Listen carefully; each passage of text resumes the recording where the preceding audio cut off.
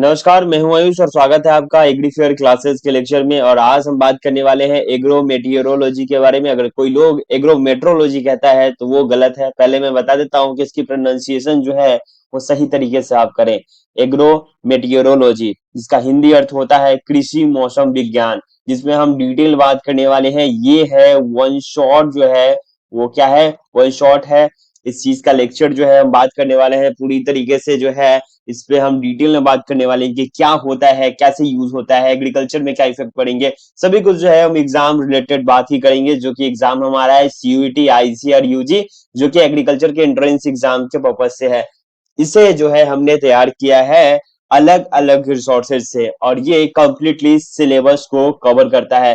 तकरीबन कुछ चीजें जो है इसमें हमने ज्यादा ही ऐड कर दिया है, ठीक है। और रिवीजन पर्पस के लिए जिन लोगों ने तैयारी पहले से किया वो रिवीजन के रूप में देख सकते हैं, या फिर जिनकी तैयारी नहीं भी है वो 100% एक्यूरेसी के साथ इसमें हमने पढ़ाया है, मतलब हमने इसको बनाया है। अभी मैं पढ़ाने वाला हूँ, तो कम्प्लीटली आप इस लेक्चर को बिना स्किप किए हुए देखें। और इस वीडियो का ड्यूरेशन भले ही ज्यादा है, लेकिन इसमें हमने हर चीज को कवर किया है। चलिए हम समझ लेते हैं इसके कंटेंट्स को, जैसे कि क्या क्या हमने कवर किया है। सबसे पहले हम इंट्रोडक्शन को समझेंगे, एटमॉस्फेरिक लेयर को समझेंगे, वेदर वर्सेस क्लाइमेट टेम्परेचर के बारे में समझेंगे, ह्यूमिडिटी के बारे में समझेंगे, प्रेसिपिटेशन के बारे में समझेंगे, एग्रोमेट क्या होता है, ऑब्जर्वेटरी के बारे में, उसके इंस्ट्रूमेंट्स के बारे में समझेंगे, इंडियन मॉनसून इंजन के बारे में समझेंगे, जो कि आपके एग्जाम के लिए बहुत ही ज्यादा इंपॉर्टेंट है, वीवीआई कह सकते हैं, ठीक है।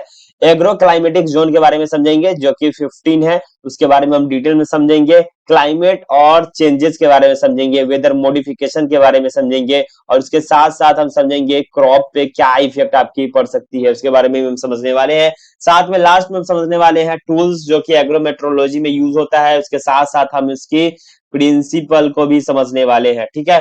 तो बिना स्किप किए हुए देखें, और आपसे निवेदन है कि अगर आपने इस वीडियो को पूरा कंप्लीट देख लिया है तो एक बार और, अगर आपके पास अभी टाइम है, मई में जो है आपका एग्जाम होने वाला है 2026 का, तो आपसे निवेदन है कि सेकेंड टाइम जब आप वीडियो देखें तो 1.5x में इस वीडियो को प्ले करें। चलिए आगे बढ़ते हैं और जान लेते हैं कि क्या होता है एग्रो मेटेरोलॉजी, ठीक है।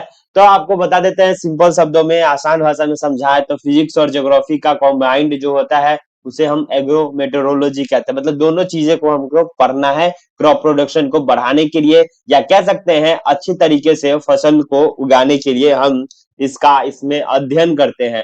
जिन लोगों को प्रॉब्लम हो रही है, जो हिंदी वाले हैं, जो लोग को लगता है कि हिंदी में मैं नहीं बता रहा हूँ, तो इसमें भले ही आपको अंग्रेजी में देखने को शब्दों मिल रहे हैं और हिंदी में भी मिल रहा है, तो मैं चीजों को दोनों भाषाओं में जो है मैं बताने वाला हूँ, और एक एक चीज जो है बारीकी से बताऊंगा। तो प्लीज भटके ना और इसे ध्यान पूर्वक देखें। सबसे पहले हम क्या समझते हैं एग्रोमेट्रोलॉजी का डेफिनेशन। तो डेफिनेशन क्या है, तो मैं आपको सिंपल आसान भाषा में बताऊं कि agrometeorology is the study of weather and climate in relation to agriculture. It helps farmer to understand how rain temperature, humidity, wind and sunlight affect crops.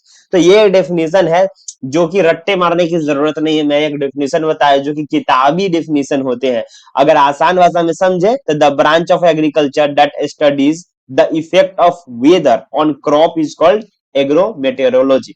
अगर हिंदी में कहें तो वैसी वैसी शाखा जो होती है एग्रीकल्चर की, जहां पे हम मौसम के बारे में समझते हैं, मौसम का प्रभाव के बारे में समझते हैं कि कैसे जो है हमारी फसलों को ये नुकसान पहुंचा सकती है, या फिर इसको हम जान करके कैसे अपनी फसलें जो है वो उगा सकते हैं।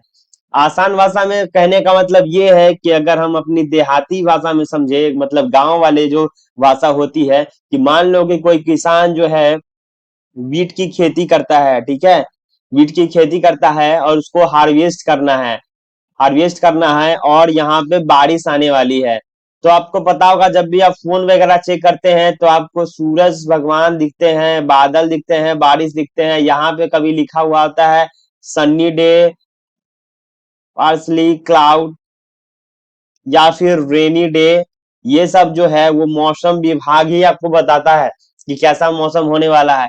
तो बिल्कुल एग्जैक्ट जो कह सकते हैं कि वही काम करता है हमारा मेटेरोलॉजी। इसके बारे में हम पूरी विस्तार में समझने वाले हैं। फिलहाल मैं आपको बता देता हूं कि ये दो शब्दों से मिल करके बना है। पहला जो है वो है एग्रो। एग्रो मीन्स हम क्या कहेंगे, एग्रो मीन्स कह सकते हैं कि वो एग्रीकल्चर होता है, ठीक है, एग्रीकल्चर या फिर कह सकते हैं कि फील्ड, खेती बाड़ी। दूसरा हमारा है meteorology.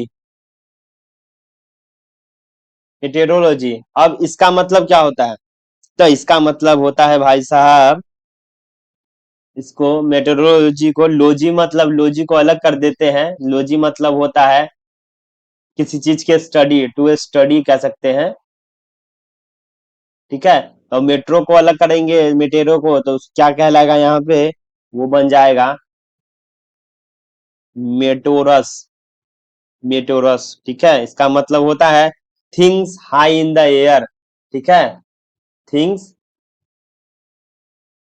High in the air, ये इसका मीनिंग होता है।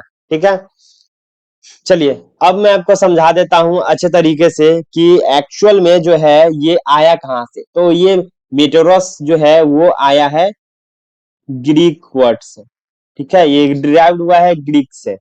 ठीक है, इसलिए हमको इसे ग्रीक वर्ड बोलेंगे। अब देखिए, आपको समझा देते हैं कि एटमॉस्फेयर क्या होता है। एटमॉस्फेयर जिसे हम क्या कहते हैं? वायुमंडल कहते हैं। यहाँ पे एक लेयर होता है, आपको भी पता होगा कि हम बचपन में कहते थे कि ऊपर जो दिखता है हमारे बादल, उसे हम क्या कहते हैं कि आसमान, आसमां, या इस पे बहुत सारे गाना भी आए हैं। तो बता देते हैं कि एक्चुअल में ऐसा आसमान जैसा कुछ होता ही नहीं है। ये जो है एटमॉस्फेयर की जो लेयरें हैं, परतें हैं, वो अलग अलग डिफाइन किए गए हैं किलोमीटर के ऊपर। किलोमीटर के ऊपर कैसे? तो पहला सबसे नीचे जिसपे हम रहते हैं वो अर्थ का सरफेस है, जहां पे हम एग्जिस्ट करते हैं। उसके ऊपर वाला जो लेयर होता है, कहाँ? जीरो से ऊपर की बात कर लेते हैं, 8 से 18 किलोमीटर तक, जिसे हम कहते हैं ट्रोपोस्फेयर, जो कि होता है सौर मंडल, जहां पे हमारे आसमान कहलाते हैं। ठीक है, ये आसमान होता है जहां पे सभी तरीके के वेदर्स के हैपन्स, जैसे कि बारिश हो गई, बादल हो गए, सभी कुछ यहाँ पे देखने को मिलते हैं। उससे ऊपर की बात करते हैं, 18 किलोमीटर से 50 किलोमीटर के बीच की हाइट की बात करते हैं, उसे बोलते हैं स्ट्रेटोस्फियर, समतान मंडल। यहाँ पे क्या होता है? ओजोन लेयर जो होता है वो क्या करते हैं, इधर ओजोन लेयर में ही ओजोनोस्फीयर के नाम से भी इसके जानते हैं। तो इसके बारे में हम आगे डिटेल में समझने वाले हैं। हालांकि लेयर में आपको ब्रीफ अभी बता दे रहा हूँ। यहाँ पे प्लेन वगैरह जो क्या होते हैं, उड़ाए जाते हैं। इसके ऊपर आता है मीजोस्फीयर, जिसे हम बोलते हैं मध्य मंडल, जिसमें मेट्रोस जो है वो आपको दिखते हैं घूमते हुए। उसके ऊपर जो आता है वो थर्मोस्फेयर या फिर एनोस्फेयर की बात करते हैं, जो कि ब्रह्म वायुमंडल के नाम से, जो कि वार्मेस्ट लेयर होता है। इसमें हमारे सैटेलाइट्स वगैरह देखने को मिलते हैं। चलिए आगे समझते हैं पूरी बारीकी से। पहले हम समझ लेते हैं स्फीयर के बारे में। ठीक है, चलिए एक्चुअल में क्या होता है, स्वरमंडल के बारे में समझते हैं वायुमंडल के बारे में, जल मंडल के बारे में, और संथल मंडल के बारे में। ये तीन मंडल जो है मिलकर ही धरती की संरचना करती है। ये सभी चीजें जो है आपको देखने को मिलता है कहाँ? तो एटमॉस्फेयर, हाइड्रोस्फेयर और लिथोस्फेयर। ये तीन चीजों को मिला करके ऐसे तो आपको देखने को मिलता होगा। इटिमोलॉजी आपने नहीं सुना होगा, इटिमोलॉजी क्या होता है? तो मैं बता देता हूँ, मेटेरोलॉजी यानी कि मेटेरोस, जो कि अर्थ के ऊपर का सरफेस जो होता है उसे हम कहते हैं। ठीक है, लॉजी मतलब साइंस होता है। तो कभी भी इस चीज को कंफ्यूज ना हो, जब भी आपको डेफिनेशन लिखने को मिले तो उसे आप अलग अलग तोड़ करके, संधि को विच्छेद करके लिखे। ठीक है, चलिए तीन स्फीयर्स को समझते हैं। पहला जो है हमारा एटमॉस्फेयर, वायुमंडल, जिसमें गैसेस इन्वॉल्व होते हैं, मिक्सचर ऑफ सराउंडिंग, जैसे कि इसमें आपको ऑक्सीजन भी मिलेगा, इसमें आपको कार्बन डाइऑक्साइड भी मिलेगा, कार्बन भी, इसके साथ साथ जो है नाइट्रोजन भी मिलेगा। बहुत सारे ऐसे गैसेस है जो कि प्रेजेंट होते हैं। ठीक है, सेकेंड हमारा होता है हाइड्रोस्फीयर, जिसे जल मंडल कहते हैं, the liquid part, oceans and reverse, जो हमारे समुद्र वगैरह होते हैं, जो नदी वगैरह होते हैं, वो वाली ये पार्ट हो गई। थर्ड जो हमारा है लिथोस्फीयर, जो कि स्थलीय मंडल होते हैं, जो कि सॉलिड रॉक, जो कि धरती के हमारे पार्ट होते हैं। जैसे कि कह सकते हैं कि हमारा पत्थर वाले जो एरिया होते हैं, जब माउंटेन्स वाले जो होते हैं, उसे हम लिथोस्फीयर के नाम से जानते हैं। अब समझते हैं एग्रोमेट्रोलॉजी का मतलब क्या है। तो अप्लाइड साइंस है जो कि वेदर और क्लाइमेट कंडीशंस के बारे में पढ़ाया जाता है एग्रीकल्चर के प्रोडक्शन के रूप में। कि एग्रीकल्चर प्रोडक्शन आपको करना है तो उसके लिए आपको मौसम का ज्ञान होना चाहिए कि किस मौसम में क्या फसल लगाए जाते हैं और कब हमें कटाई करनी है, कब बुआई करनी है। नहीं तो आपको क्षति मिलेगी और बहुत ज्यादा नुकसान होने की संभावना होती है। अब सबसे पहले हम क्या समझते हैं, वेदर को समझ लेते हैं और क्लाइमेट को समझते हैं। बहुत सारे लोग, बहुत सारे, मैक्सिमम जो है 90% लोगों की बात कर लेते हैं जो डिफरेंस जो है नॉर्मली नहीं बता पाते हैं कि आज वेदर ऐसा है, क्लाइमेट ऐसा है। तो वेदर क्लाइमेट में एक खास डिफरेंस होता है, उसको आप समझा देते हैं, दूर कर देता हूं आपकी जो भी चिंताएं हैं। वेदर जिसे हम मौसम के नाम से जानते हैं, क्लाइमेट जिसे हम जलवायु कहते हैं।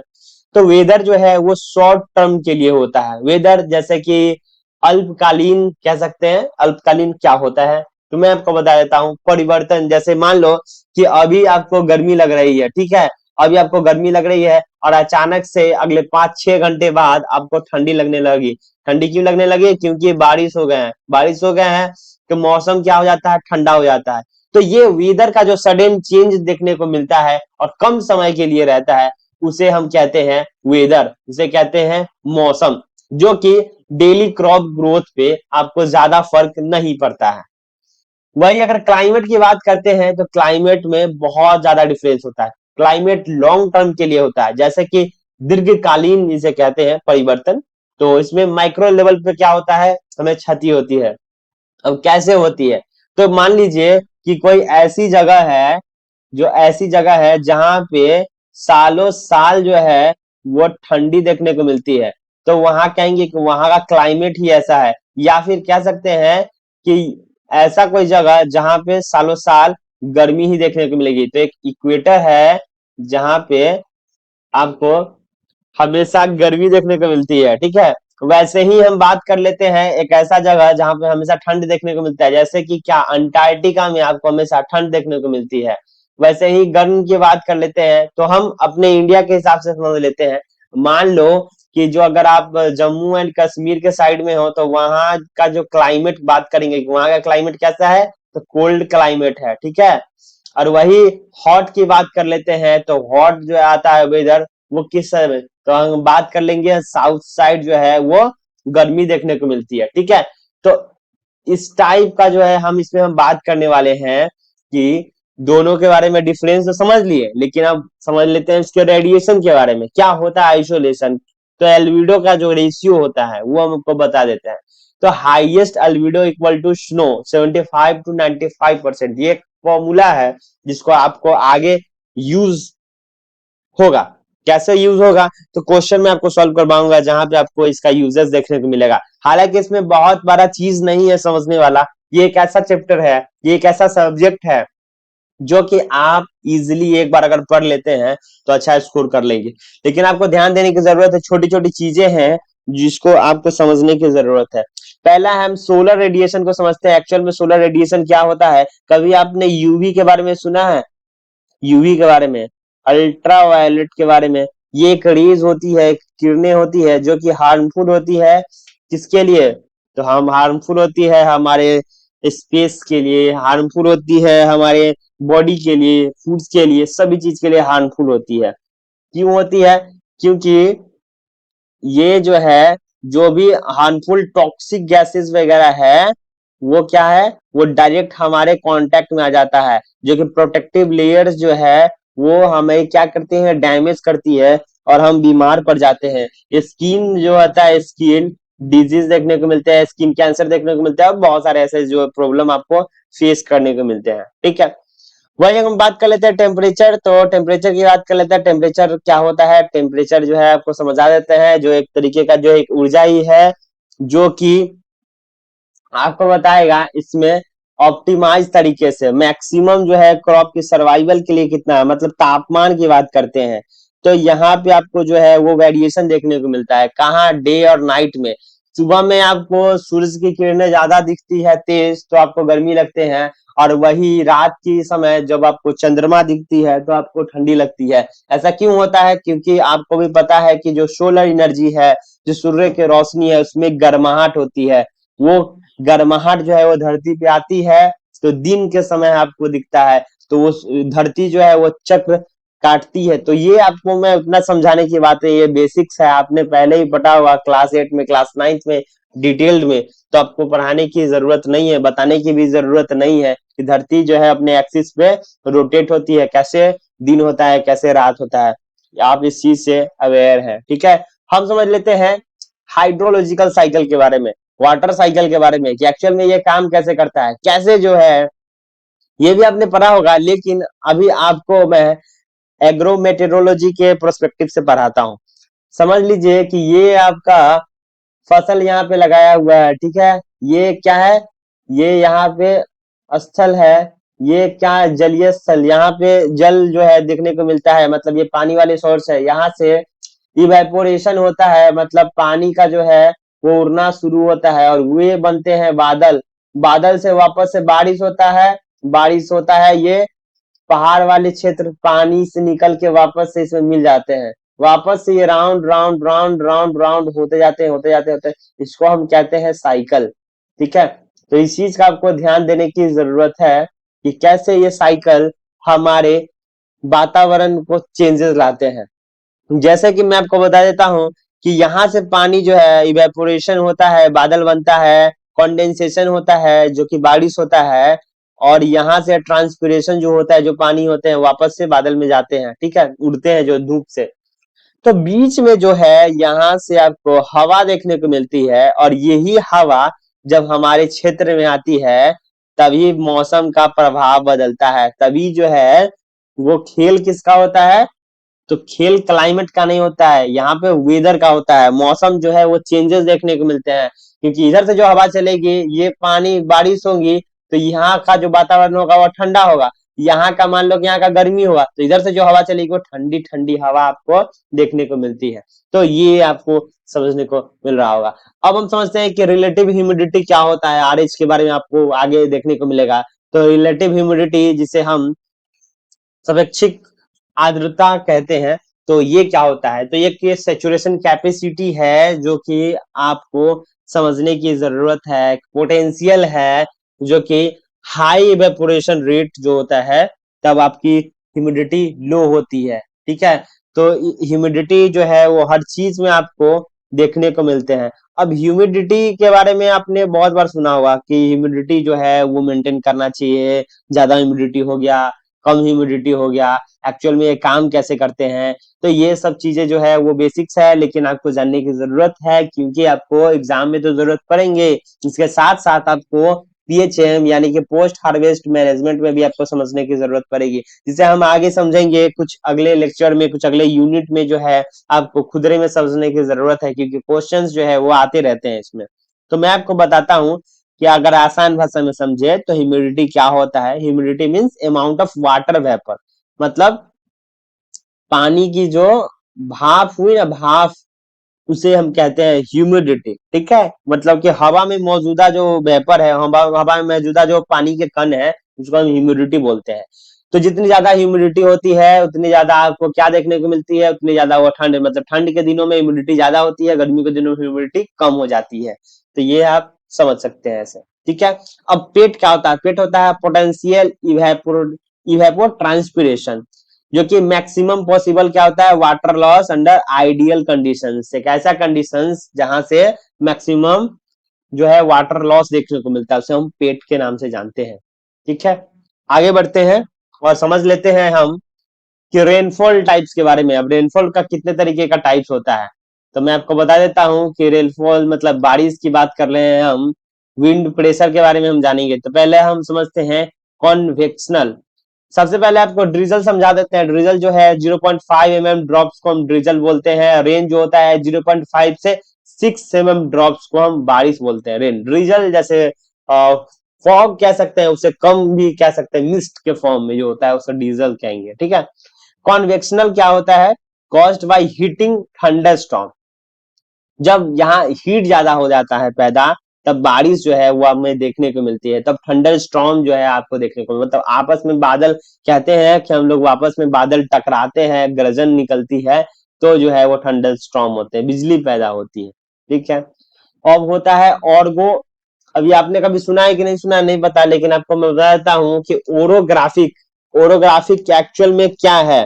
तो ओरोग्राफिक जो होता है वो यहाँ पे आपको डायग्राम के हिसाब से, फिगर के हिसाब से देखने को मिल रहा होगा कि यहाँ से जो हवा इस तरफ से जाती है, मतलब माउंटेन की तरफ से जो हवा जाती है बादल में टकराती है, उसे हम क्या कहेंगे, ओरोग्राफिक। अगर ई डेफिनेशन की बात कर लेते हैं, जब पहाड़ को क्या कहते हैं, हवा रेनफॉल के साथ क्या होती है, वो इसको धकेलती है, जो इधर से निकलती है उसे हम कहते हैं। अगर इंग्लिश में हम बोले, जो अगर आप लिखना चाहे तो कह सकते हैं कि orographic means related to mountains और caused by mountains. It is mostly use in weather and rainfall.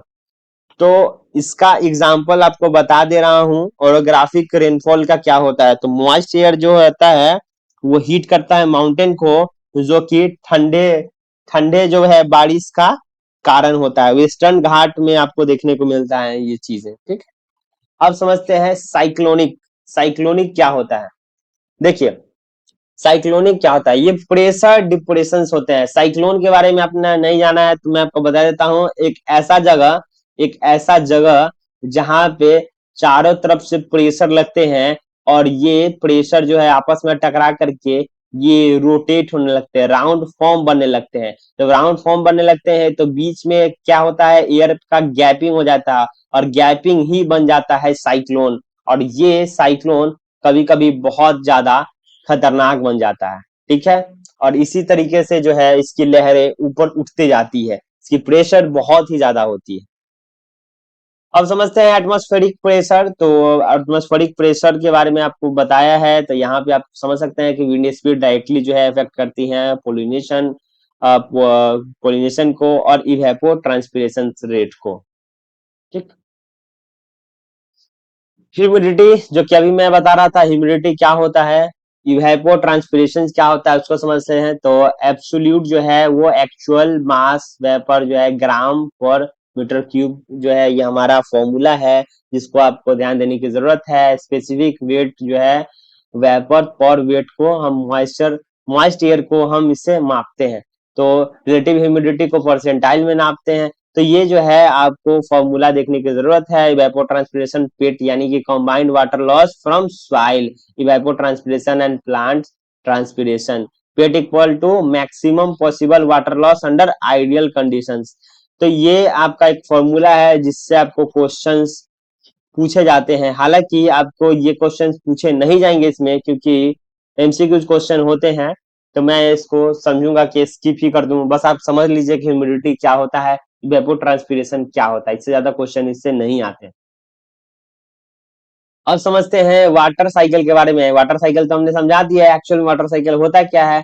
तो अभी मैं दोबारा से वाटर साइकिल के बारे में थोड़ा सा जो है वो मैं वापस से समझाने वाला हूँ कि एक्चुअल में ये काम कैसे करता है। पहले मैं आपको बताया था वेपर क्लाउड के बारे में, कैसे बनते हैं। ओशन जो होता है, ओशन से हीट रिलीज होता है, वेपर ट्रांसपिरेशन होता है, वेपर बनता है, वेपर से क्लाउड बनता है, क्लाउड से कंडेंसेशन होता है, बारिश होती है, ट्रांसपिरेशन जो है पेड़ पौधे से जो है पत्ते से पानी जो निकलते हैं वो वापस से बादल में ही जाते हैं। तो ये जो है मिक्सअप बन करके ही वाटर साइकिल कहलाता है। क्योंकि हमें बात करना था प्रिसिपिटेशन के बारे में, इसलिए हम वापस से वाटर साइकिल को समझ रहे हैं। ड्रिजल जो होता है वो हमारे होते हैं फुहारा, जिसे हम कहते हैं कि फुहारा हो रहा है, उसको हम बारिश में काउंट नहीं करते हैं। रेनफॉल जो है वो ड्रॉपलेट्स में आते हैं, जो कि 0.5 mm से लेकर 6 mm तक होती है, जिसे हम रेन के नाम से जानते हैं। हेल क्या होता है, जिसे हम ओला कहते हैं, ओला वृष्टि जो है वृष्टि होता है। तो ये है सॉलिड फ्रोजन आइस, जो उसके टुकड़े आपको देखने को मिलते हैं, उसे हम ओला कहते हैं। टाइप्स ऑफ रेनफॉल की बात करते हैं, पहला होता है कन्वेक्टिव, जो कि थंडरस्टॉर्म के साथ होता है। दूसरा होता है ओरोग्राफिक, जो कि ब्लॉक में होता है, माउंटेन्स के वेस्टर्न घाट्स में आपको देखने को मिलता है।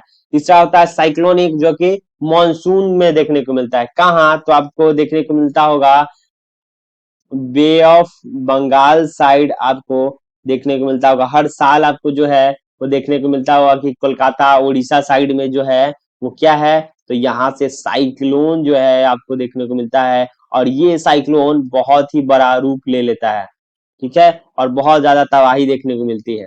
और समझते हैं एटमॉस्फेरिक प्रेशर के बारे में। एटमॉस्फेरिक प्रेशर क्या होता है, तो आपको समझा देते हैं कि एल्टीट्यूड जो है और एल्टीट्यूड और टेम्परेचर को इफेक्ट करता है। विंड की फिजिक्स की समझते हैं तो air always moves from high to low pressure. आपको समझ में आ रहा होगा कि एक्चुअल में प्रेशर्स कैसे लगते हैं। तो जो समझ लीजिए, सिंपल भाषा में आपको समझा देते हैं। जब भी ऐसा जगह, ऐसा जो लो प्रेशर जहां पे क्रिएट होता है, हाई प्रेशर से लो प्रेशर की तरफ हवा जो है बढ़ती है और क्षति जो है वहीं आपको ज्यादा देखने को मिलती है। क्लाउड स्पोर्टिंग क्या होता है? क्लाउड स्पोर्टिंग के बारे में आपको बता देते हैं कि जब भी आपको बादल देखने को मिलता होगा, जब भी आप साइक्लोन देखते होंगे तो ऊपर में आपको बादल काले काले दिखते होंगे, तो वापस में बादल जो है वो रोटेट होते हैं और नीचे आ जाते हैं थंडर स्टॉर्म के साथ हमारे धरती पे, और यहीं पे तबाही मचाते हैं। तो ये एक तरीके का प्रेशर होता है जो कि अर्थ के रोटेशन के साथ डिफ्लिक्ट करता है विंड डायरेक्शन में, यानी कि हाई प्रेशर से लो प्रेशर की तरफ बढ़ता है। तो इसमें कंफ्यूज होने की बात नहीं है। अगर नहीं समझ में आ रहा हो तो एक बार कमेंट जरूर करें। अब समझते हैं एग्रोमेट ऑब्जर्वेटरी के बारे में, लेआउट के बारे में। क्या है इसकी लेआउट और स्टेवेंशन के क्या स्क्रीन डिटेल्स हैं। तो पहले आपको समझा देते हैं, ये डायमेंशन जो है 55 मीटर का डायमेंशन है। नॉर्थ टू साउथ के बारे में हम समझा दे रहे हैं। नॉर्थ टू साउथ जो है वो डायरेक्शन है, समझने को मिल रहा होगा। ये नॉर्थ का पोजीशन है और ये साउथ का पोजीशन है। यहाँ लिखा भी हुआ है, इसको समझिए नॉर्थ, इसको समझिए साउथ। तो यहाँ पे जो है वो नेचुरल सॉइल को रिप्रेजेंट किया गया है 10x डिस्टेंस के साथ टॉल बिल्डिंग्स और ट्रीज से। क्यों? क्योंकि यहाँ पे पता करना था हवा का क्या, तो हवा का स्पीड। ठीक है। तो यहाँ पे प्रेशर पता करने के लिए हमने क्या किया है, तो एक पेंटेन व्हाइट रिफ्लेक्ट हीट वाला जो है बॉक्स लाया है, जिसे हम नॉर्थ साइड को ओपन कर दिए हैं, नॉर्दर्न हेमिस्फीयर के साइड, और डायरेक्ट सन से हम क्या किए हैं, अवॉइड किए हैं, मतलब डायरेक्ट यहाँ पे सूर्य की रोशनी नहीं पड़ेगी। ये थर्मोमीटर्स का फैक्ट समझने के लिए हमने क्या किया है, अल्कोहल यूज किया है मिनिमम थर्मोमीटर की कॉन्स्ट्रिक्शन जानने के लिए। ठीक है।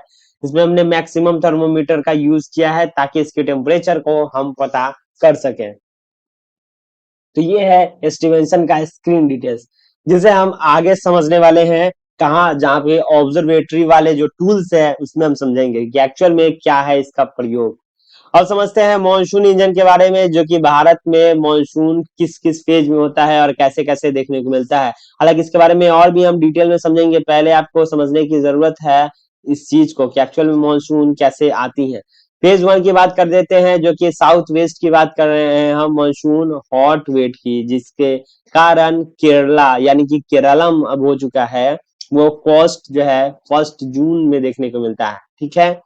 लास्ट जो है वो सितंबर में देखने को मिलता है। वही जो है मेजोरिटी इंडिया के एग्रीकल्चर रेन वाले जो है सीजन, रेनी सीजन की बात करते हैं, वो यहाँ इस साइड से देखने को मिलता है। वही फेज टू की बात करते हैं तो नॉर्थ ईस्ट साइड से आपको मानसून देखने को मिलता है अलग अलग। जैसे कि नॉर्थ ईस्ट में आपको अक्टूबर टू दिसंबर साइड में ज्यादा कूल देखने को मिलता है, ठंड जो है ठंडी ठंडी हवा देखने को मिलती है।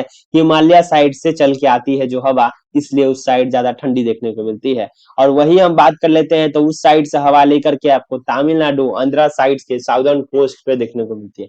तो ये जो है मॉनसून सीजन्स इस तरीके से फॉर्म करते हैं। अब समझते हैं फैक्टर जो कि आपको मॉनसून का समझने की जरूरत है। 4 फैक्टर है हमारा। पहला जो है आईटीसीजेड शिफ्ट है। ये एक्चुअल में होता क्या है मैं आपको समझाता हूँ। इसका फुल फॉर्म होता है inter tropical convergence zone shift, जो कि नॉर्थ इंडिया के ऊपर जो होता है वो बनता है मैसिव तरीके से, जो लो प्रेशर वैक्यूम क्रिएट करता है। अब ये कैसे होता है ये समझने की जरूरत है। तो इसके बारे में हम डिटेल में तो बात नहीं करेंगे क्योंकि हमें उतना जरूरत नहीं है, बस एक सिंपल का क्वेश्चन आता है तो उसके लिए आपको ये मैं बता रहा हूँ। दूसरा जो है हमारा वो है तिबेतिन प्लेट्यू हीटिंग। इसमें क्या होता है, हाई लेवल हीट जो होता है वो पुल करता है, विंड की डायरेक्शन ऊपर की तरफ होती है और हवा टकरा करके ऊपर चला जाता है, जिससे क्या होता है हमारी मॉनसून की संभावना बढ़ जाती है और हवा तेजी से बढ़ता है किसके तरफ, तो लो प्रेशर की तरफ। जेट स्ट्रीम होता है जो कि ट्रॉपिकल स्टर्न जेट फॉर्म करती है, जो कि ऑफसाइड जो है एटमॉस्फेयर की जो हवा है वो क्या करती है, वो करती है।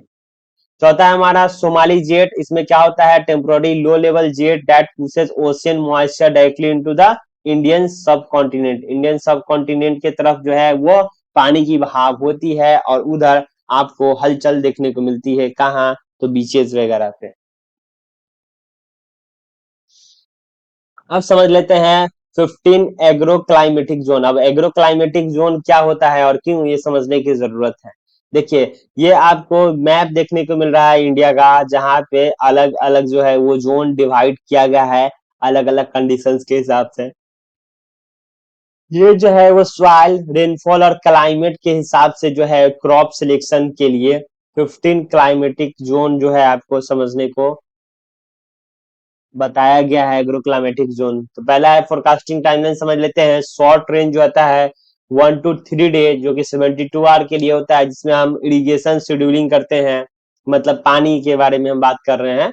मीडियम रेंज होता है 3 to 10 डेज, जहाँ पे हम पेस्टिसाइड्स एप्लीकेशन को यूज करते हैं। लॉन्ग रेंज जो होता है 10 डेज से ज्यादा, जिसमें हम क्रॉप वेराइटीज सिलेक्ट करते हैं।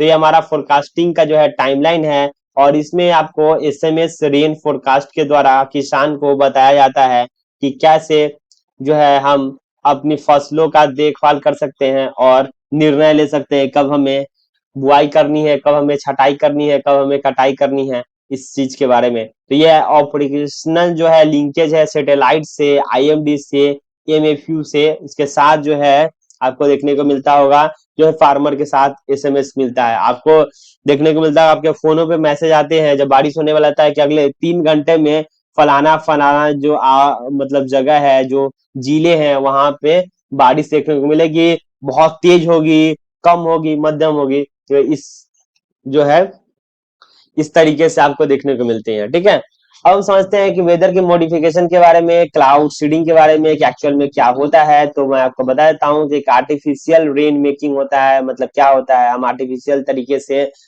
बादल बनाते हैं, बारिश कराते हैं। तो कैसे होता है, तो ये एजीआई का यूज करते हैं, सिल्वर आयोडीन के तरह से हम इसको यूज करके हम क्या करते हैं, कोल्ड क्लाउड को बनाते हैं, और एनएसीएल यानी कि सैल्ट को हम वार्म क्लाउड बनाते हैं। तो ये दो तरीके हैं जिससे फेक क्लाउड बना करके हम बारिश करा सकते हैं। इसमें खर्च बहुत ही ज्यादा आता है, और ऐसा करना हमारे लिए हेल्पफुल भी नहीं है। ऐसी जगह पे हम बारिश कराने के लिए रिसर्च कर रहे हैं, ऐसे जगह जो है वो ट्रायल भी हो चुका है जहां पे हमारी बारिश नहीं होती है। कहाँ? तो वेस्टर्न साइड की बात कर रहे हैं, या फिर बात कर रहे हैं राजस्थान वाले जो एरिया है, मरुस्थल वाले जो एरिया है, वहां के लिए ये हेल्पफुल हो सकता है। अब बात कर रहे हैं टॉप राइट, हमारा वेदर वार्निंग के बारे में है, जहाँ के ड्राई देखने को मिलता है या फिर कहीं पे हेवी रेल देखने को मिलता है। क्रॉप के वेदर के कैलेंडर को समझते हैं, जो कि मिडिल पार्ट में हमारा नॉर्मल वेदर रहता है, टेम्परेचर रेनफॉल नॉर्म्स रहते हैं, सब कुछ जो है स्थिर रहता है। मतलब ज्यादा ठंडा भी नहीं होता है और ज्यादा गर्मी भी नहीं होता है, बीच बीच में रहता है। वही बॉटम पार्ट करते हैं, जहाँ पे आपको ग्रोथ स्टेज की क्रॉप्स की बहुत अच्छी रहती है, फिनोमिनल रहती है। ठीक है, अब समझ लेते हैं नेक्स्ट हमारा है क्लाइमेट इम्पैक्ट ऑन क्रॉप्स। अब क्लाइमेट का क्या प्रभाव पड़ता है हमारे क्रॉप्स पे, हमारे डेयरीज पे, हमारे जो है वो अलग अलग फसलों पे क्या क्या प्रभाव पड़ सकते हैं। तो सबसे पहले जो है हम बात करने वाले हैं वेदर केस के बारे में। तो हाई टेम्परेचर फ्लावरिंग के टाइम जो है वो होना चाहिए, तो एसिलेट करता है हमारी मैच्योरिटी को, रिड्यूस करता है ग्रेन की फीलिंग को, तो यील्ड में लॉसेस देखने को मिलता है। अगर ज्यादा टेम्परेचर हो जाएगा फूल खिलने का टाइम में, तो हमको ये चीज देखने को मिलता है। वही अगर राइस के केस में बात कर लेते हैं, तो मॉनसून वेरिएबिलिटी, अगर डिलेड रेन हो जाती है तो क्या हो जाता है, adoption rice system of rice intensification method को हम यूज करते हैं। अब क्या होता है, एक्चुअल में क्या होता है, जैसे मान लीजिए जब आपको पानी की जरूरत है, तभी सुखाड़ पड़ जाए, तो आपको क्या होगा, आर्टिफिशियल तरीके से पानी पटाने की जरूरत पड़ेगी। अगर नहीं हो रहा है इरिगेशन, तो क्या होगा हमारा, कि पहले ही पक जाएंगे और उसमें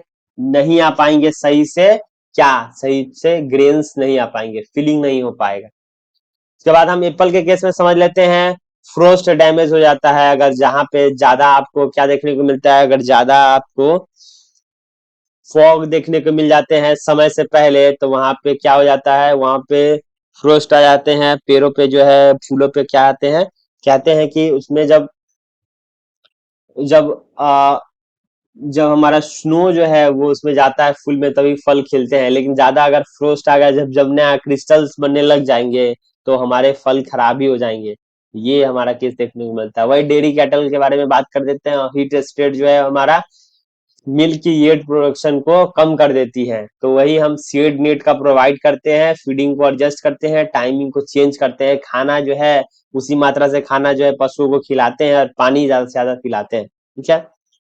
CO2 is the maximum contributor to 60 to 70% of global warming. CO2 यानी कि कार्बन डाइऑक्साइड जो हमारा है वो ग्लोबल वार्मिंग में सबसे ज्यादा क्या करता है, सबसे ज्यादा हिस्सा लेता है। सबसे ज्यादा तो कितना, 60 to 70% लेता है।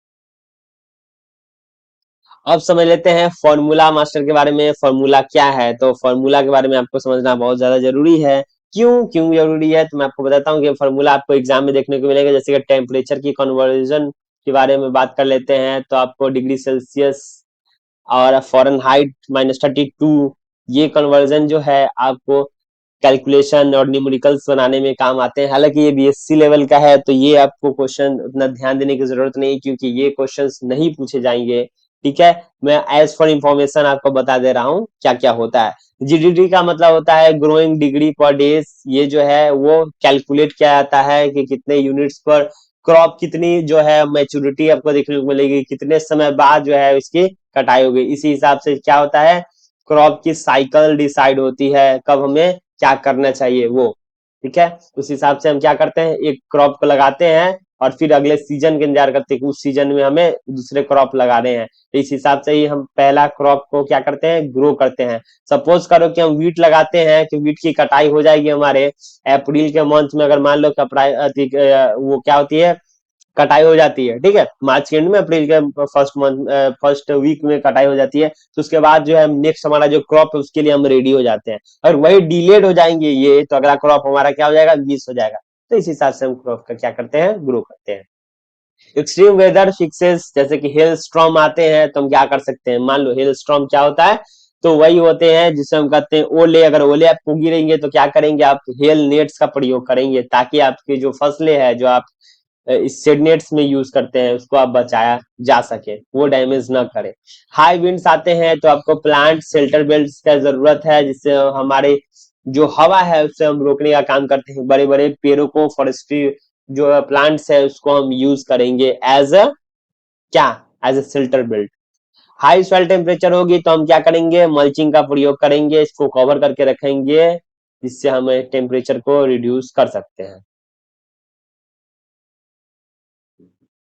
और यह आप समझ लेते हैं वापस से लेयर के बारे में, एटमॉस्फेयर की क्या क्या लेयर होती है, कहाँ पे क्या क्या पाए जाते हैं। तो ये समझना बहुत ही ज्यादा जरूरी है। अब कैसे जरूरी है इसको भी समझा देता हूँ। देखिए, सबसे पहले हम समझ लेते हैं इन लेयर्स को। तो सबसे जो नीचे वाला जो हमारा जो अर्थ का जो ये सरफेस है, इसके ऊपर का जस्ट जो लेयर होता है उसको हम कहते हैं ट्रोपोस्फियर। अब ट्रोपोस्फियर क्या होता है, तो ट्रोपोस्फियर कहते हैं सौरमंडल, जो कि 8 से 18 किलोमीटर तक होता है। It contains maximum water vapour, all weather phenomenon occurs here, temperature decreases with height, lapse rate 6.5 degree Celsius per kilometre.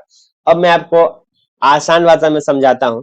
ये थोड़ा सा ज्योग्राफिकल चीजें होंगी, लेकिन ये समझना आपको जरूरी है, क्योंकि इससे क्वेश्चंस आते हैं कौन सा लेयर में कितना किलोमीटर तक होता है और किस चीज में क्या पाया जाता है।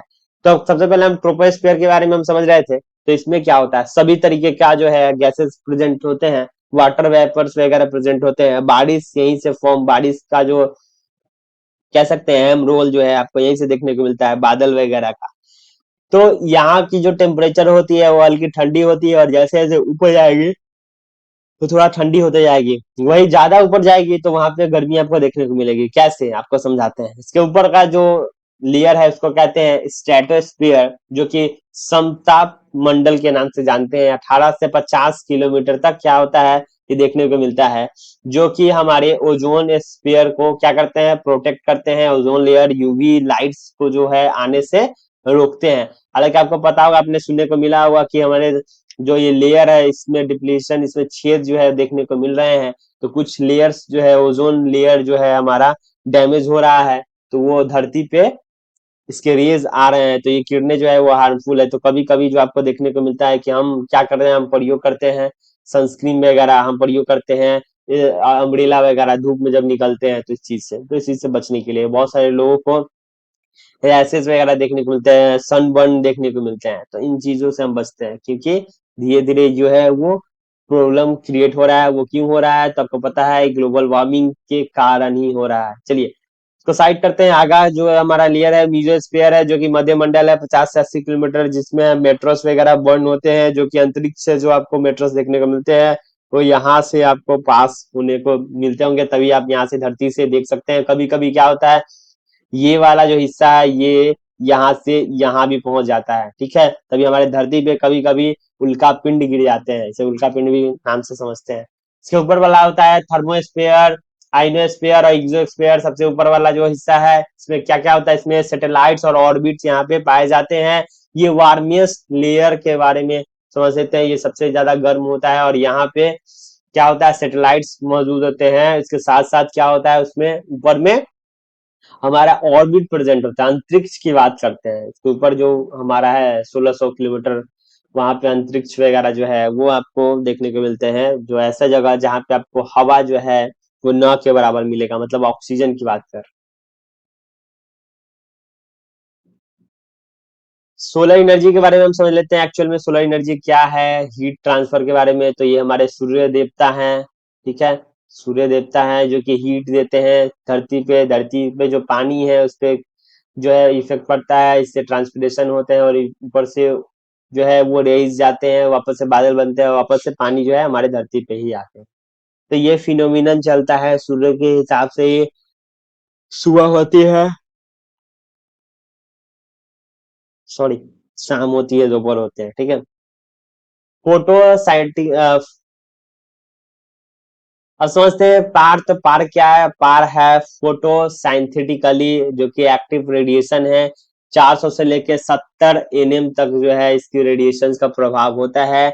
आइसोलेशन क्या होता है, आइसोलेशन जो होता है incoming solar radiation received at earth surface. Earth surface पे जो हमारा सोलर का रेडिएशन आता है उसे हम आइसोलेशन के नाम से जानते हैं।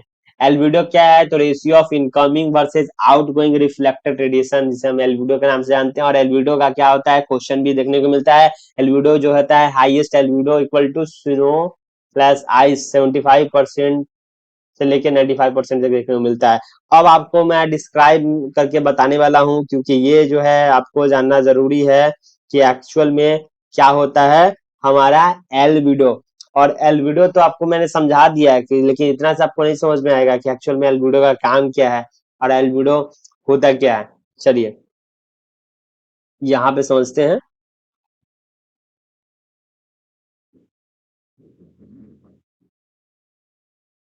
देखिए, जब रिफ्लेक्शन होता है, अगर हाई एल्बिडो हुआ, हाई एल्बिडो हुआ तो क्या होगा, मोर रिफ्लेक्शंस की बात कर लेते हैं, तो यहाँ पे बनेंगे स्नो। स्नो आइस का फॉर्म होगा। वही अगर जब लो होता है, जब लो रिफ्लेक्शन लो होगा तो क्या होगा, तब बनेंगे हमारे वाटर और सॉइल से, ठीक है। लेस रिफ्लेक्शन होता है हमारा, कहाँ पे होता है, तो सॉइल और वाटर पे। और स्नो आइस पे क्या होता है, हाई एल्बिडो होता है। अब एल्बिडो क्या होता है, albedo helps in understanding soil temperature, crop canopy, heating and climate effect on fields. Light surface पे क्या होता है, हाई एल्बिडो होता है। डार्क सरफेस पे क्या होता है, लो एल्बिडो होता है। तो इस चीज को आप समझ लीजिए, फिर कंफ्यूज ना हो।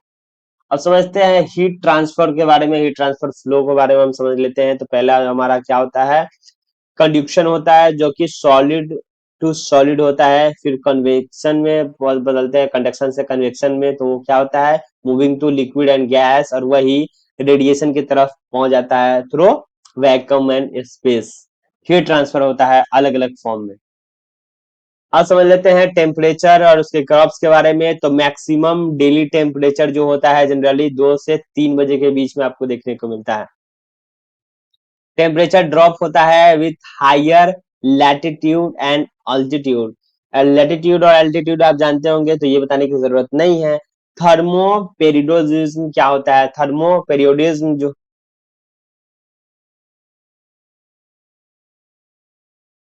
थर्मो पेरियोडिज्म क्या होता है, तो effect of day night temperature variation on plant growth. Plant growth पे जो है वो वेरिएशन होता है। अगर मान लो कि कोई ऐसा प्लांट हो जिसको सन जो है, सनलाइट जो है वो 11 से 12 घंटे चाहिए, किसी प्लांट को सिर्फ 4 घंटे ही चाहिए, तो उसको अगर आप सन्नी एरिया में लगा देते हो तो ये प्लांट डैमेज कर जाएगा।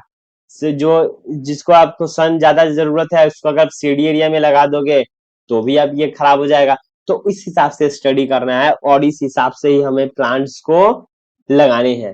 ठीक है, ये हमारा टेम्परेचर और क्रॉप्स की वेरिएशन होती है। जैसे मान लो कि हमारे मिनिमम और ऑप्टिमल और मैक्सिमम जो है वो टेम्परेचर के बारे में बताया गया, जैसे कि वीट और बार्ली को 0.5 डिग्री सेल्सियस जो है वो मिनिमम चाहिए और मैक्सिमम 31 to 37 डिग्री सेल्सियस चाहिए। ऑप्टिमम कितना है 25 to 31 डिग्री सेल्सियस। 22 जो हमारा होता है वो हमारा होता है रूम टेम्परेचर। तो ये टेम्परेचर जो है वो अलग अलग क्रॉप्स के हिसाब से बताया गया। ऑप्टिमम जो है राइस के लिए 22 to 25 डिग्री सेल्सियस होता है, sorghum के लिए 31 to 36 डिग्री सेल्सियस होता है। तो ये तो सॉइल पे डिपेंड करता है कि कौन सा क्रॉप कहाँ पे ग्रो होगा, उसके साथ साथ हमारे क्लाइमेट पे भी डिपेंड करता है। मेनली हमारा क्लाइमेट ही होता है। सॉइल आप कहीं से भी ला सकते हो, कुछ सॉइल्स में आप चेंज कर सकते हो, पॉट में लगा सकते हो, लेकिन आप क्लाइमेट को तो नहीं चेंज कर सकते ना उतना। आप ठीक है भले ही आप वेंटिलेटेड, आप भले ही आप क्या करोगे पॉली हाउस बना दोगे, या ऐसा कर सकते हैं कि आप ऐसा कर सकते हो कि आप ग्रीन हाउस बना सकते हो जहां पे आप टेम्परेचर को कंट्रोल कर सकते हो। तो ये बहुत ज्यादा क्या होता है, ग्रीन हाउस हमारा कॉस्टली हो जाता है। ठीक है, और ये कुछ ऐसे ऑफ सीजन के जो हमारे क्रॉप्स होते हैं, ऑफ सीजन के जो हमारे फ्रूट्स वगैरह होते हैं, फ्लावर्स वगैरह, तो उसको ग्रो करने के लिए हम यूज करते हैं। वार्निंग हमारा है heat stress in wheat causes 6 to 10% yield loss per 1 degree Celsius increase during grain filling. Grain filling के टाइम में अगर टेम्परेचर ज्यादा हो जाती है तो क्या होता है, ग्रेन फिलिंग में दिक्कत आती है। ग्रेन फिलिंग क्या होता है, मतलब कि जो हमारे जो गेहूं में जो आपको देखने को मिलता है, गेहूं भरना, मतलब कह सकते हैं कि जो पॉट में भरना होता है, वो अगर टेम्परेचर ज्यादा हो जाता है तो हमें इसकी लॉस देखने को मिलती है, खखड़ी निकल जाते हैं। ठीक है, अब समझ लेते हैं रीजनल वेरिएशन के बारे में। रीजनल वेरिएशन मतलब अलग अलग क्या क्या वेरी होता है। तो हम समझते हैं सबसे पहले कि व्हाई इट मैटर्स और कहाँ इम्पैक्ट पड़ेगा। तो एग्रीकल्चर जो होता है lifeline for kharif crops, refills reservoir for rabi crops. अब खरीफ क्रॉप जो होता है वो क्या होता है आपको भी पता है, रबी क्रॉप क्या होता है। खरीफ क्रॉप देखिए जो गर्मी के दिनों में जो लगाया जाता है उसे हम खरीफ क्रॉप कहते हैं। ठंडी के दिनों में जो लगते हैं क्रॉप्स उसे हम रबी क्रॉप्स के नाम से जानते हैं। तो इस हिसाब से आप याद कर सकते हैं, ये क्वेश्चन जो है वो पूछे जाएंगे। वही अगर इकोनॉमी के हिसाब से समझते हैं तो influences food prices and rural income.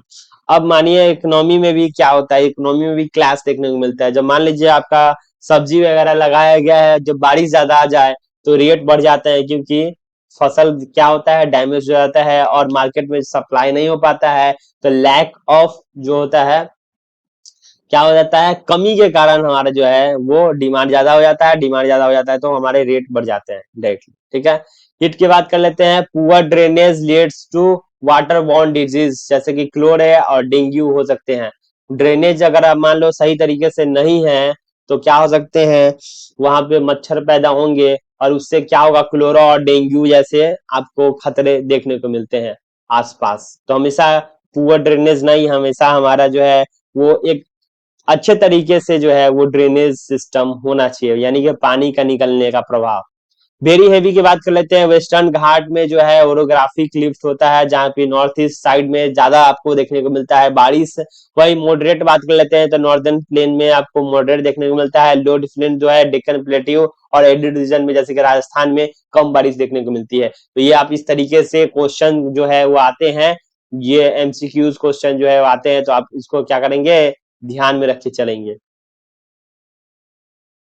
अब समझ लेते हैं वेदर फोरकास्टिंग के बारे में। तो वेदर फोरकास्टिंग कैसे काम करता है तो मैं आपको बता देता हूं कि इसमें जो है 0 to 6 आवर जो है इमीडिएट अलर्ट किया जाता है। उसके बाद शॉर्ट रेंज पे 1 to 3 डे का अलर्ट किया जाता है, अप टू 72 आवर्स। ये वाले जो है आपको ना एसएमएस देखने को मिलते होंगे। ये एसएमएस जो है आपके हर फोन में सभी लोगों को आते हैं कि फलाना फलाना 3 दिन के लिए ये बारिश होगा, अगले इतने घंटे में आपको ये देखने को मिलेगा प्रभाव। जिससे हमें इरिगेशन पेस्टिसाइड्स का पता चलता है कि हमें पेस्टिसाइड्स का स्प्रे नहीं करना। नहीं, मान लो कि स्प्रे करेंगे और बारिश आने वाला है तो हमारा क्या होगा, हमारा जो है वो प्रभाव घट जाएगा और जो हम दवा छीट रहे हैं वो धुल जाएंगे। ठीक है, तो समझते हैं मीडियम रेंज। तो मीडियम रेंज जो है 4 to 10 डेज का होता है। लॉन्ग रेंज की बात कर लेते हैं तो मोर देन 10 डेज बात करते हैं इस सीजन पे, जिसमें हम प्लान करते हैं गवर्नमेंट जो है वो गफर और स्टॉक्स में रख लेते हैं। अगर मान लो बहुत बारिश होने वाली है तो ऐसी चीजें जो है हम पहले से स्टॉक कर लेंगे कि अगले 10 दिन में जो है वो बहुत ज्यादा बारिश होने वाली है। तो ये टेम्परेचर जो फोरकास्ट होता है ये बताया जाता है, न्यूज चैनल्स में आपको देखने को मिलते होंगे, या फिर आपको मैसेज के माध्यम से, न्यूज पेपर के माध्यम से आपको क्या होता है बताया जाता है। ठीक है, कि हमारे जो है वो वातावरण में ये चेंजेस आ रहे हैं। आपको देखने से कुछ कुछ पता चलता है लेकिन देखने से उतना पता नहीं चलता है, क्योंकि यही तो है हमारा एग्रो मेटियोरोलॉजी का पावर। यहीं से हमारा क्या होता है, हमें बताया जाता है कि कब हमें क्या करना चाहिए क्या नहीं करना चाहिए। तो हमेशा मेट्रोलॉजी का जो है वो ध्यान रखते हुए, वातावरण को समझते हुए ही हमें खेती करना है। अब समझते हैं क्या होता है एनडब्ल्यूएफसी। एनडब्ल्यूएफसी होता है नेशनल वेदर फोरकास्टिंग सेंटर, जो कि दिल्ली में है, जहां से आपको लोकेट किया जाता है। अगर रीजनल की बात कर लेते हैं तो आरएमसीएस है, जो कि रीजनल सेंटर है। कहाँ कहाँ है तो चेन्नई में है, मुंबई में है, कोलकाता में है, नागपुर में है, दिल्ली में, गुवाहाटी में है। यहाँ से रीजनल सेंटर से मतलब जो रीजनल लोकेट किया जाता है, बताया जाता है आपको कि यहाँ आपके इस जिले में या फिर आपको इस एरिया में जो है रेनफॉल्स होने वाली है, ये हवा चलने वाली है, ये यहीं से बताया जाता है। और नेशनल लेवल का यहाँ से दिल्ली से बताया जाता है। वही अगर स्टेट लेवल की बात करते हैं जिसे हम कहते हैं एमसीएस, तो हर स्टेट में एक छोटा सा जो है वो फॉर्म होता है। जैसे मान लो कि अगर हम बिहार की बात करते हैं, बिहार के पटना में, वैसे ही अगर हम बात कर लेते हैं झारखंड, झारखंड के रांची में, तो इस हिसाब से जो है आप समझ सकते हैं। ठीक है, चलिए अब हम समझते हैं एग्रोमेट्रोलॉजिकल ऑब्जर्वेटरी के बारे में। तो इसके बारे में तो हम आगे डिटेल में समझने वाले हैं। हालांकि आपको बता देते हैं कुछ इंस्ट्रूमेंट्स जो है वो चैट शीट है, आपको क्वेश्चंस देखने को मिलेंगे। बैरोमीटर का यूज होता है एटमॉस्फेरिक प्रेशर को जांचने में। एनीमोमीटर का होता है विंड वेलोसिटी स्पीड को टेस्ट करने में। विंड वैन का यूज होता है विंड का डायरेक्शन पता करने में कि किस डायरेक्शन से हवा आ रही है।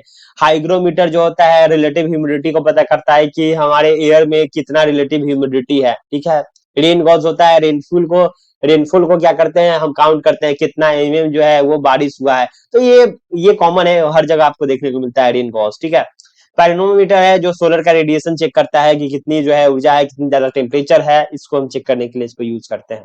वही अगर हम बात कर लेते हैं यहाँ की, तो सनसाइन रिकॉर्डर एक होता है जिसके बारे में हम आगे अभी बात करने वाले हैं। इन चीज की सनसाइन रिकॉर्डर होता है कितना ज्यादा है धूप आया, कितना ज्यादा टेम्परेचर रहा है सूर्य में, उसके हिसाब से ही क्या होता है हमारे न्यूज चैनल पे आपको देखने को मिलता होगा कि लंबा लंबा जो चलते हैं कि आज जो है रिकॉर्ड टूट चुका है, ये इतने समय वादों का इतना ज्यादा टेम्परेचर हुआ, इतने सालों का रिकॉर्ड टूट रहा है ये वाले एरिया में। इससे हम पता करते हैं। ठीक है, क्लाइमेट चेंजेस जो है वो एग्रीकल्चर में तो हमेशा ही देखने को मिलते हैं, लेकिन बिग थ्रेट क्या होता है तो ग्लोबल वार्मिंग का होता है। ग्लोबल वार्मिंग जो आता है CO2 जो है वो रिलीज करता है। सबसे ज्यादा आपको ग्लोबल वार्मिंग CFC क्लोरोफ्लोरोकार्बन के हिसाब से आपको देखने को मिलता है। तो कहाँ तो आपको देखने को मिलता है ग्रीन हाउस में। ग्रीन हाउस गैस जो होता है वो बहुत ज्यादा हार्मफुल होता है, और ये आपको पढ़ाया जाएगा कहाँ, मैं समझा देता हूँ। O2 जो है वो ग्रीन हाउस गैसेस नहीं है, अगर कहीं भी आपको लिखा हुआ दिखे तो ये आप बिल्कुल गलती से ना टिक कर दें। ठीक है, तो ये आप समझ लीजिए जब भी आपको ग्रीन हाउस इफेक्ट के बारे में पढ़ाया जाए तो आपको इस चीज को लिखना है।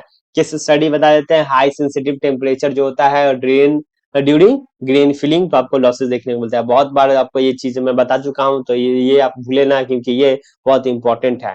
अडॉप्शन जो है क्या सोल्यूशन है, तो हमको क्या करना है सोइंग डेट जो है हमको चेंज कर देना है। अगर हमको लगता है कि ये टेम्परेचर जो है हमारे क्रॉप्स के लिए हार्मफुल है तो हम थोड़ा डिले करके हम क्या करेंगे सो करेंगे। ठीक है, क्लाइमेट रेजिलेंट हीट टॉलरेंट वाले वैरायटीज को हम लगाएंगे। जहाँ लगता है कि यहाँ पे अब वातावरण बदलने वाला नहीं, यहाँ पे गर्मी ही रहेगा, तो वहां पे वैसे वेराइटीज को हमें क्या करना है लगाना है।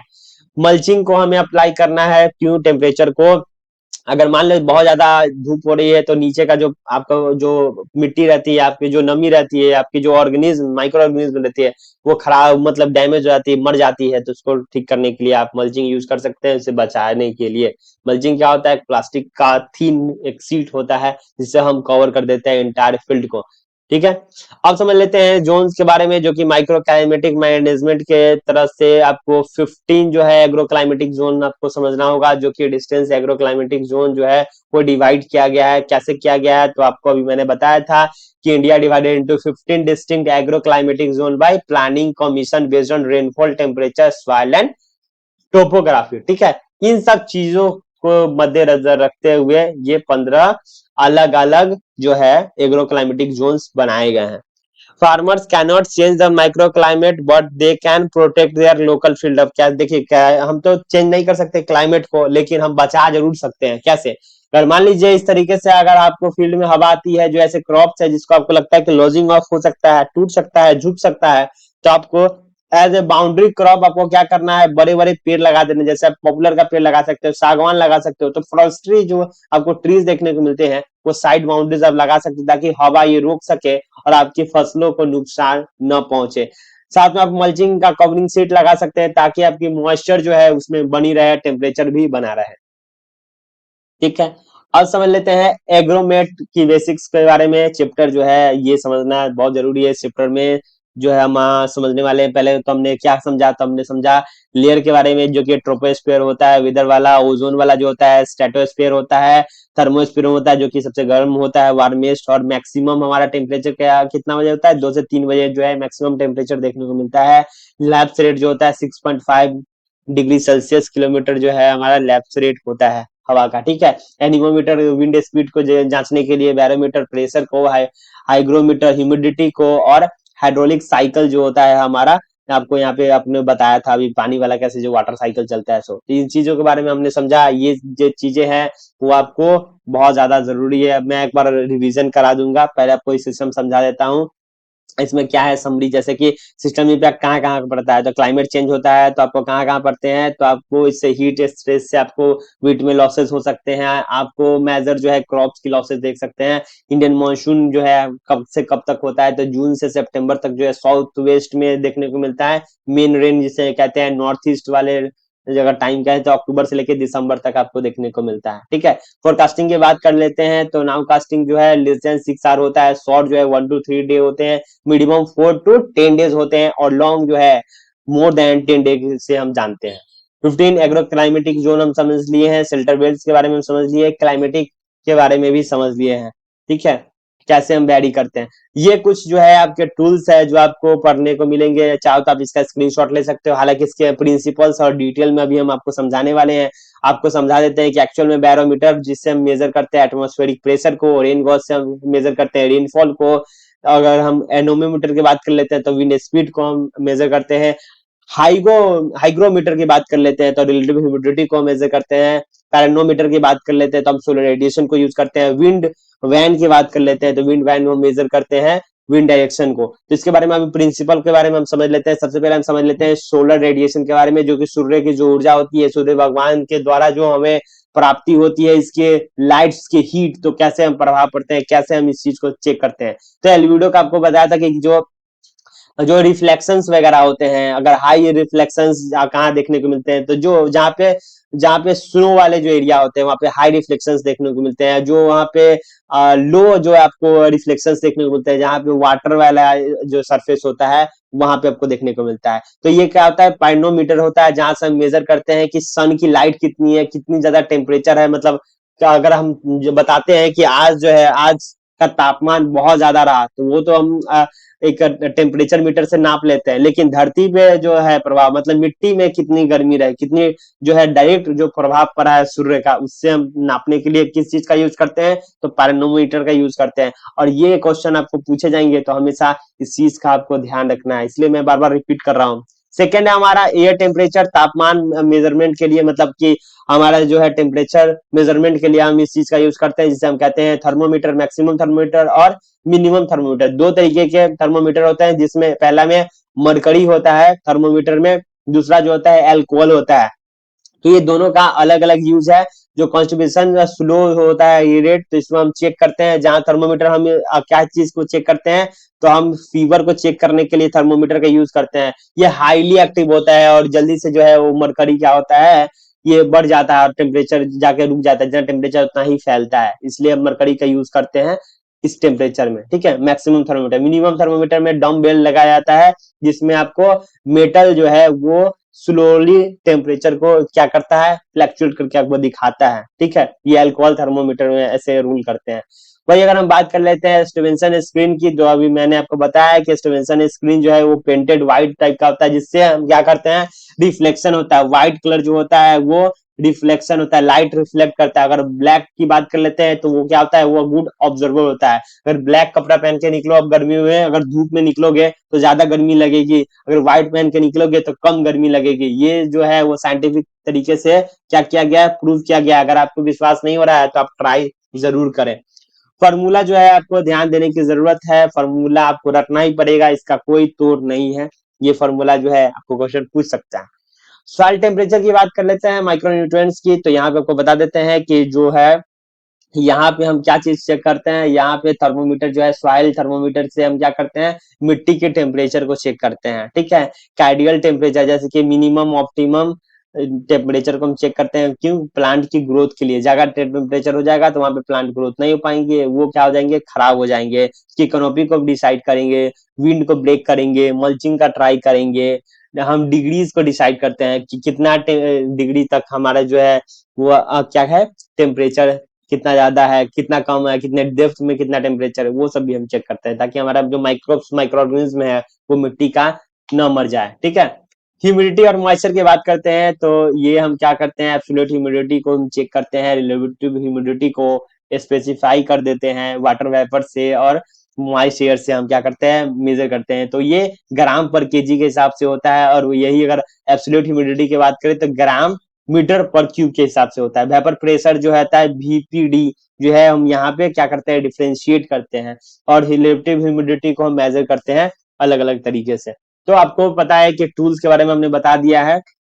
हालांकि हम ह्यूमिडिटी को मेजर करने के लिए क्या करते हैं, हेयर हाइग्रोग्राफ का जो है वो यूज करते हैं। ये स्ट्रैंड्स बना होता है कि ह्यूमन हेयर का जो है यहाँ पे लगा हुआ रहता है बाल, और यहाँ से क्या करते हैं, हम यहाँ से इसकी ह्यूमिडिटी पता करते हैं। इसके एक स्केल बना होता है उसके हिसाब से। यहाँ पे ड्राई बल्ब एक और तरीके से है जो जिसको हम कहते हैं साइक्रोमीटर, और ये क्या होता है, यहाँ पे वेट बल्ब जो है वो लगाया जाता है भीगा हुआ, और यहाँ से टेम्परेचर क्या किया जाता है, वो मस्कुलिन क्लॉथ से भिगा करके डिस्टिल वाटर में डाला जाता है, और टेम्परेचर जहाँ से पता करते हैं। तो कैसे पता चलते हैं कि इतना टेम्परेचर है।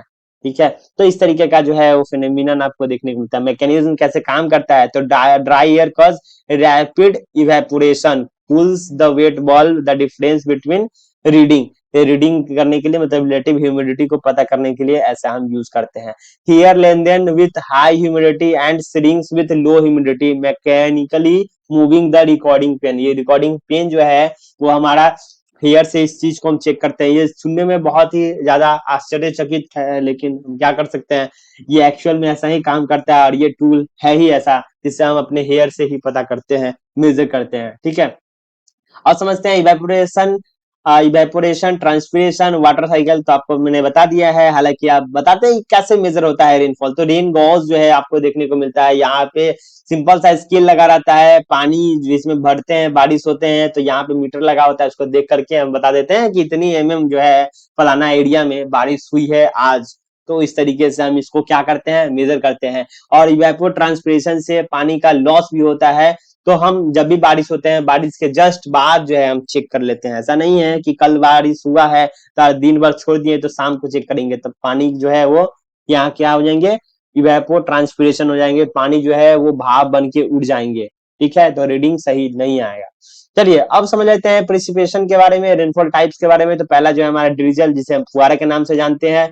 दूसरा है हमारा कन्वेक्शन, जिसे हम रेनफॉल के नाम से जानते हैं। तीसरा है ऑर्गोग्राफिक रेन, जिसको हमने बताया था कि जो एयर पुश कर देता है, और जो हवा से माउंटेन के साइड जो होता है उसको हम बोलते हैं ऑर्गोग्राफिक रेनफॉल। ठीक है, साइक्लोनिक रेनफॉल के बारे में भी हम आपको बता चुके हैं। तो ये एक तरीके का रिवीजन चल रहा है जो अभी अपने पढ़ा है उसके बारे में। ठीक है, अब समझ लेते हैं रेनफॉल की मेजरमेंट तो कैसे होता है। तो पहला जो है, पहले क्या तरीका था और अभी क्या है। तो पहले जो है सेल्फ रिकॉर्डिंग के लिए रेन गॉज कैसे बनाए जाते हैं, तो इस तरीके से जो है वो काम करता है, जिसमें मैकेनिज्म क्या है, तो ऑटोमेटिकली जो है एम्प्टीज को क्या करते हैं, ये भरते हैं।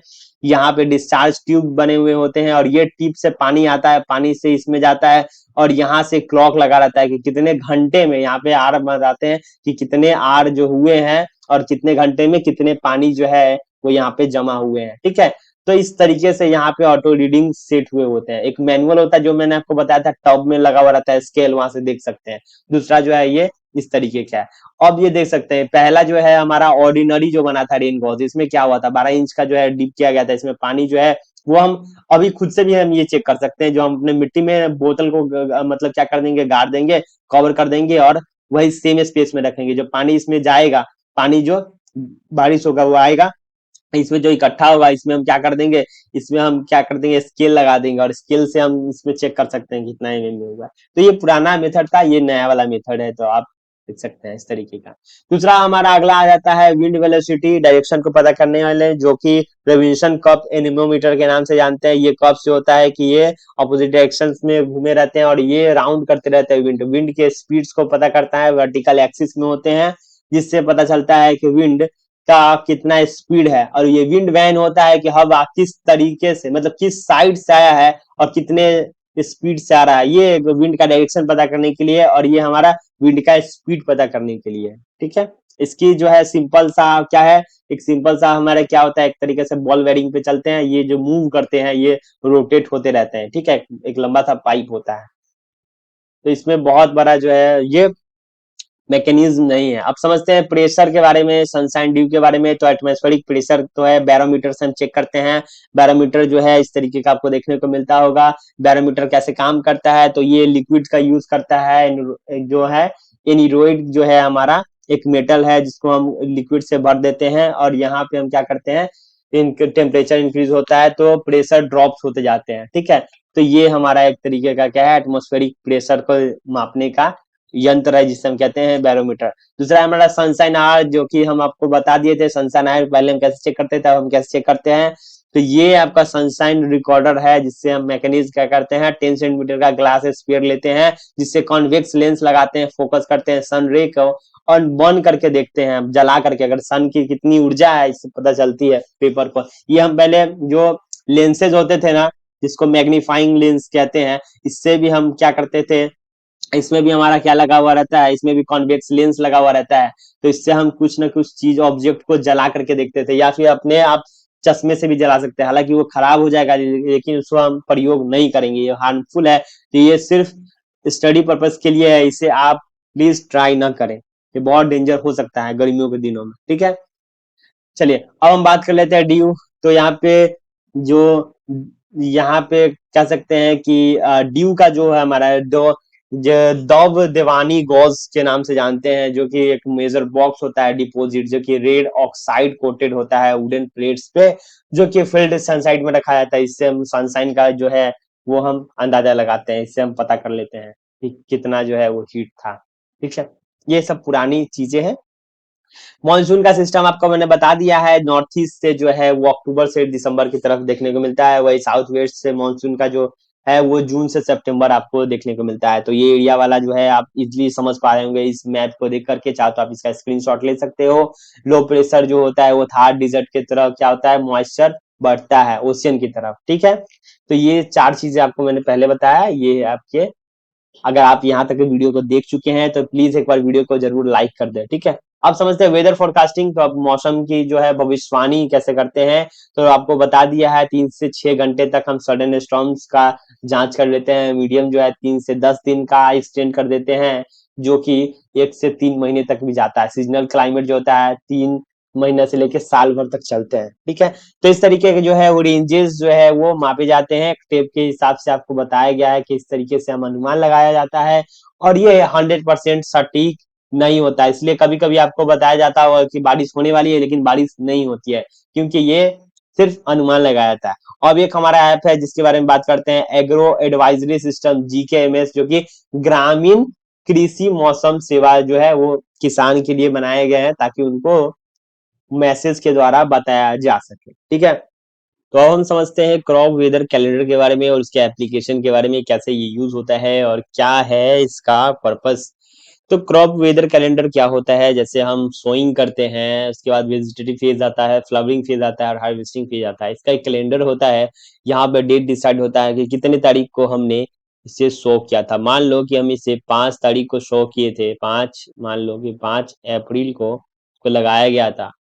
तो ये हार्वेस्टिंग का डेट क्या होगा, फ्लावरिंग का क्या होगा और वेजिटेटिव का क्या होगा, तो इस हिसाब से जो कैलेंडर्स पे मार्क किए जाते हैं आपको पता चलते हैं कि अभी इतने स्टेज आए हैं, अगर डिलेड है तो क्यों डिलेड है, और कब वेजिटेटिव डेट है, कब जो है हमारा फ्लावरिंग का डेट है, तो इस हिसाब से जो है हम चलते हैं, कैलेंडर को फॉलो करते हैं। हमें इरिगेशन की कब जरूरत है, हमें पेस्टिसाइड्स हर्बिसाइड्स जो आते हैं वो कब ज्यादा जो है वो जरूरत होती है। कहने का मतलब ये है कि कब ज्यादा पेस्ट का अटैक होता है, इसके लिए हम पहले से तैयार रहते हैं। तो ये हमारा कैलेंडर बनाया गया था, इसके लिए ये फिनोमिनन है। नॉर्मल वेदर का टेम्परेचर के बारे में हम भी बात करते हैं कि नॉर्मल वेदर जो है वो कब रहती है, कब पीक पे पहुंच जाती है, कब प्रॉब्लम होता है।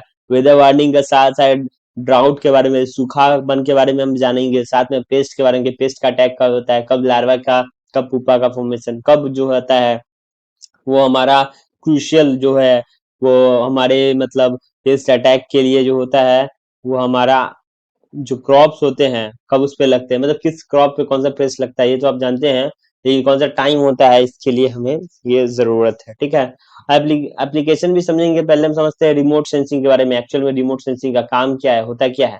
तो uses of satellite to forecast yield, monitor vegetation and delineate agroclimatic zone. देखिए रिमोट सेंसिंग एक तरीके का, हम आपको बता देते हैं कि एक सैटेलाइट के द्वारा जांची गई या फिर कह सकते हैं निगरानी करने वाला यंत्र को ही कहते हैं रिमोट सेंसिंग। ठीक है, रिमोट सेंसिंग एक कोई ऐसा नहीं है कि एक कोई टूल है, ठीक है, ये सैटेलाइट से चलता है। कहने का मतलब ये है कि हम इसमें फोरकास्टिंग करते हैं, हम देख रेख करते हैं कि हमारा मौसम वगैरह कैसा है, या फिर हमें किस चीज की जरूरत है, यील्ड में कितना जो है यील्ड आया है, कहाँ पे कीड़े लगे हैं, कहाँ पे जो है आपको डिजीज दिखने को मिल रहा है, कहाँ पे इरिगेशन की जरूरत है, इस हिसाब से। ठीक है, इंडिया को जो है 15 एग्रो क्लाइमेटिक जोन में डिवाइड किया है, जो कि आपको मैंने पहले बता दिया है, रेनफॉल, टेम्परेचर और सॉइल के हिसाब से। तो रिमोट सेंसिंग में यही होता है कि ऑटोमेट जो है, अब तो मैं मॉडर्न फार्मिंग के बारे में आपसे बात करने वाला था, तो वो अभी बात करूंगा। हालांकि इसमें उतनी जरूरत नहीं है, लेकिन मैं आपको बता देता हूँ कि with the uses of this tools, जिसमें हम जीपीएस का वगैरह का यूज करते हैं, रिमोट सेंसिंग वगैरह का, जिससे हम क्या करते हैं, जिससे हम चेक करते हैं अपने क्रॉप्स को। कह सकते हैं कि एक तरीके से ये निगरानी का काम करता है, या फिर निगरानी के काम के अलावा, निगरानी कह ही सकते हैं, सिर्फ निगरानी तो सीसीटीवी कैमरा करता है। कहने का मतलब होता है कि पूरी जो है वो मॉडर्न फार्मिंग में हम घर बैठे बैठे खेती करते हैं, उसे हम कहते हैं मॉडर्न फार्मिंग। कैसे करते हैं, तो मान लो कि ड्रोन से हम क्या करते हैं, ड्रोन से सर्विलेंस करते हैं। हम क्या करते हैं, हम चेक करते हैं कि हमारा जो क्रॉप है उसमें पेस्ट का अटैक कहाँ पे हुआ है, या फिर कौन सा जो है हमारा, कौन सा प्लांट है जो डैमेज है, जिसे इरिगेशन की जरूरत है, वो सब घर बैठे ही हम चेक कर सकते हैं। स्प्रे करना है तो ड्रोन से स्प्रे कर दिए, टाइमिंग सेट कर दिए, मैपिंग के लिए एरियल फोटोग्राफीज वगैरह इससे होती है। ठीक है, जैसे कि इसरो की बात कर लेते हैं, इसरो डॉस या फिर डीआरडीओ वगैरह, तो इसमें आपको कई चीजें जो है अलग अलग देखने को मिलती है, जो कि इस चीज को अपनाती है। वेदर मॉडिफिकेशन के भी काम करते हैं, जैसे कि क्लाउड सीडिंग क्या होता है, तो wilful manipulation of local weather to induce artificial rain. Artificial rain कराने के लिए हम क्या करते हैं, वेदर मॉडिफिकेशन का काम करते हैं, हम आर्टिफिशियल बारिश भी कराते हैं। तो ये यहाँ पे तो अभी उतना अवेलेबल नहीं है अपने इंडिया में, लेकिन बात कर रहे हैं कुछ अलग कंट्रीज में, जो कि हमारे जो डेवलप्ड कंट्रीज है वहां पे ऐसे किए जाते हैं। ठीक है, अब देखिए यहाँ पे एक एग्री फेयर वेबसाइट है, जिसके बारे में मैं आपको बात करने वाला था पहले ही, लेकिन मैं अभी बता रहा हूँ आपको कि agrifair.in जो वेबसाइट है, जहाँ पे आपको नोट्स मिलेंगे, जो भी मैं पढ़ा रहा हूँ, जो लेक्चर, एग्रीकल्चर के बुक्स मिलेंगे, बीएससी के आईएससी के आपको बुक देखने को मिलेंगे, मास्टर्स के भी कुछ बुक्स देखने को मिलेंगे, आर्टिकल्स मिलेंगे related two subjects, agriculture exams के बारे में बताए जाएंगे, और यहाँ पे आपको बिजनेस आइडियाज के बारे में भी पता चलेगा। ठीक है, इसके साथ साथ आपको डिक्शनरी भी देखने को मिलेगा, आगे हम इसमें बात करेंगे। हालांकि agrifair.in वेबसाइट जरूर विजिट करें नोट्स के लिए और बुक के लिए। ठीक है, अब हम जान लेते हैं, थोड़ा सा समरी कर लेते हैं कि हमने अभी तक क्या क्या पढ़ा है, क्या है पैरामीटर्स और इंस्ट्रूमेंट्स वगैरह, किस चीज को क्या चीज से चेक करते हैं। तो हालांकि अभी तक हमने 2 या 3 बार ही बता दिया है इसमें कि किससे क्या चीज चेक होता है, किससे क्या यूज है। तो आई होप कि आपको ये चीजें जो है वो याद हो गई होगी अभी। फॉर द रिपीटेशन, अगर नहीं याद हुई है तो इसका स्क्रीनशॉट लेकर के रख ले, क्योंकि ये बहुत ज्यादा जरूरत है, आपके एग्जाम में क्वेश्चन आएंगे आएंगे, 100% चांस है। ठीक है, अब हम बात कर लेते हैं कोर कॉन्सेप्ट की। तो पीवाई की हाइलाइट्स करते हैं किस किस क्वेश्चंस को, जैसे कि where is all weather activity, इसका आंसर होगा ट्रोपोस्फेयर। ठीक है। Warm air versus moisture capacity, तो more air holds more moisture. Answer जो है आप ध्यान देते रहिए। मैक्सिमम एल्बिडो, तो आपको बताया था कि स्नो में कितना 75 टू 95% होता है। तो जो भी हमने पढ़े हैं उसी से रिलेटेड कुछ एमसीक्यूज को हमने यहाँ पे हाईलाइट्स किए हैं। आगे कुछ आगे थोड़ी देर में हम क्या करेंगे, पीवाईक्यू को भी हम कुछ ध्यान देंगे, मोस्टली जो पीवाईक्यू पूछे जाते हैं उस क्वेश्चंस को। ठीक है। Crop highly sensitive to frost, क्या होता है, राइस। ट्रॉपिकल क्रॉप होते हैं जो कि हाईली सेंसिटिव होते हैं फ्रॉस्ट से। इसमें काले काले काले काले दाने दिख जाते हैं अगर आपको फ्रॉस्ट देखने को मिलता है तो। व्हाट इज पेट, पेट क्या है, तो maximum possible evaporation under ideal conditions, इसे हम पेट कहते हैं। ठीक है। पेट कोई पालतू नहीं है, ठीक है, डोमेस्टिक की बात नहीं कर रहे हैं, तो इस चीज को आप ध्यान रखेंगे। चलिए अब जानते हैं एग्रो क्लाइमेटिक जोन कितना है इंडिया में, तो 15 जोन्स है based on rainfall temperature and soil. तो ये क्वेश्चन तो आएंगे आएंगे, लिख के ले लो। चलिए हम गोल्डन रूल को समझ लेते हैं एग्जाम के लिए। तो आपको जो है रूल 1 क्या है, ऑलवेज रीड केयरफुल्ली, आपको ध्यान पूर्वक पढ़ना है। जो भी हमने अभी पढ़ाया है उम्मीद करता हूँ आपको अच्छे तरीके से समझ में आ गया होगा। तो एक कमेंट जरूर करें पूरा लेक्चर देखने के बाद कि आपको ये लेक्चर कैसा लगा, और अगले किस टॉपिक पे आपको लेक्चर चाहिए। हालांकि हम पूरे यूनिट को कवर करने वाले हैं, पूरे सिलेबस को कवर करने वाले हैं, लेकिन अब वो पार्टिकुलर अगर किसी टॉपिक पर वीडियो चाहते हैं तो आप कमेंट करना ना भूले। ठीक है। चलिए अब हम समझ लेते हैं विंड का स्पीड क्या होता है। तो एनीमोमीटर से हम चेक करते हैं विंड का डायरेक्शन, तो विंड वैन से चेक करते हैं। डू नॉट मिक्स देम, इन दोनों के बीच में आपको क्या करना है, मिक्सअप नहीं करना है, ध्यान देना है। ठीक है। रूल 2 है रिमेंबर द इनवर्स रिलेशन। सब इनवर्स रिलेशन में जैसे कि high humidity equal to low evaporation, high altitude equal to low pressure, तो इसको ध्यान रखेंगे याद करने के लिए। ठीक है। रूल 3 क्या है हमारा, photosynthesis is a biological plant process, is not part of physical hydrological cycle. ठीक, ये ध्यान, ये तो हालांकि आपको ध्यान होगा पहले से ही, क्योंकि आपने फोटोसिंथेसिस के बारे में बहुत ही बार देखा होगा। तो एग्रोमेटेरोलॉजी के लिए आप तैयार हैं इस एग्जाम को देने के लिए, इस चैप्टर को आपने पढ़ लिया अच्छे तरीके से। नोट्स के बारे में मैंने बता दिया कि नोट्स आपको कहाँ मिलेंगे, बुक्स वगैरह कहाँ मिलेंगे, वेबसाइट भी मिलेंगे, और इस चैनल पे आपको और भी एग्जाम्स के लेक्चर्स देखने को मिलेंगे। एग्जाम, एंट्रेंस एग्जाम के बारे में जानकारी मिलेंगी, कैरियर कोर्सेज के ऊपर बताए जाएंगे एग्रीफेयर क्लासेस में कौन कौन से एग्रीकल्चर के और एग्जाम्स होते हैं इसके बारे में। चलिए अब समझ लेते हैं थोड़ा सा पीवाई क्यूज के कुछ क्वेश्चन है जो कि सेल्फ टेस्ट के लिए हमने कुछ रखे हैं, जो कि पहले से ही आंसर जो है मार्क करके रखे हैं। जैसे कि atmosphere is the best defined as mixture of gases surrounding earth. Correct answer होगा ए, जिसमें होता है solid is lithosphere, liquid in hydrosphere. ठीक है। सेकेंड क्वेश्चन है हमारा which layer contains maximum water vapour and weather phenomena. तो आपको पता होगा कि ट्रोपोस्फीयर में ही होता है। ठीक है। आंसर है हमारा सी है, all weather happens in 8 to 18 kilometres. ठीक है। नेक्स्ट हमारा क्वेश्चन है maximum temperature of the day in generally recorded. तो ये आपको ध्यान देने वाली बात है, मैंने बहुत बार बोला है कि 2 से 3 बजे का जो टाइम होता है यानी कि आफ्टरनून का, वो बहुत ही ज्यादा क्या होता है, गर्मी वाले होते हैं समय। ठीक है। चलिए अगला क्वेश्चन हमारा क्या है, short range weather forecasting is valid for 1 to 3 days। ये फोरकास्टिंग में क्वेश्चन आते हैं, ये इंपॉर्टेंट है, ये क्वेश्चन पूछेंगे ही पूछेंगे। Which of the following is not a greenhouse gas, oxygen हमारा ग्रीन हाउस गैस नहीं है। क्वेश्चन नंबर 6 हमारा है barometer is use to measure, क्या चीज को मेजर करता है, तो एटमॉस्फेरिक प्रेशर को मेजर करता है। ठीक है। अब आपसे मैं ये बताना चाहता हूं कि जो भी हमने अभी तक पढ़ा है, ठीक है, जो भी हमने पढ़ा है उस चीज को कैसे याद रखना है, और फॉर्मूला मास्टर शीट को भी समझ लीजिए। टेम्परेचर कन्वर्जन के लिए आपको इस चीज का ध्यान देने की जरूरत है। स्टॉर्म के बारे में भी हमने समझ लिया है, तो ये चीजें जो है आप ध्यान देंगे। टॉप सीक्रेट हमारा क्या है, तो हम 3 कॉमन मिस्टेक्स करते हैं एग्जाम में। ठीक, कैसे, पहला टर्मिनोलॉजी ट्रैप, जो कि evapotranspiration is not just evaporation, it includes plant transpiration.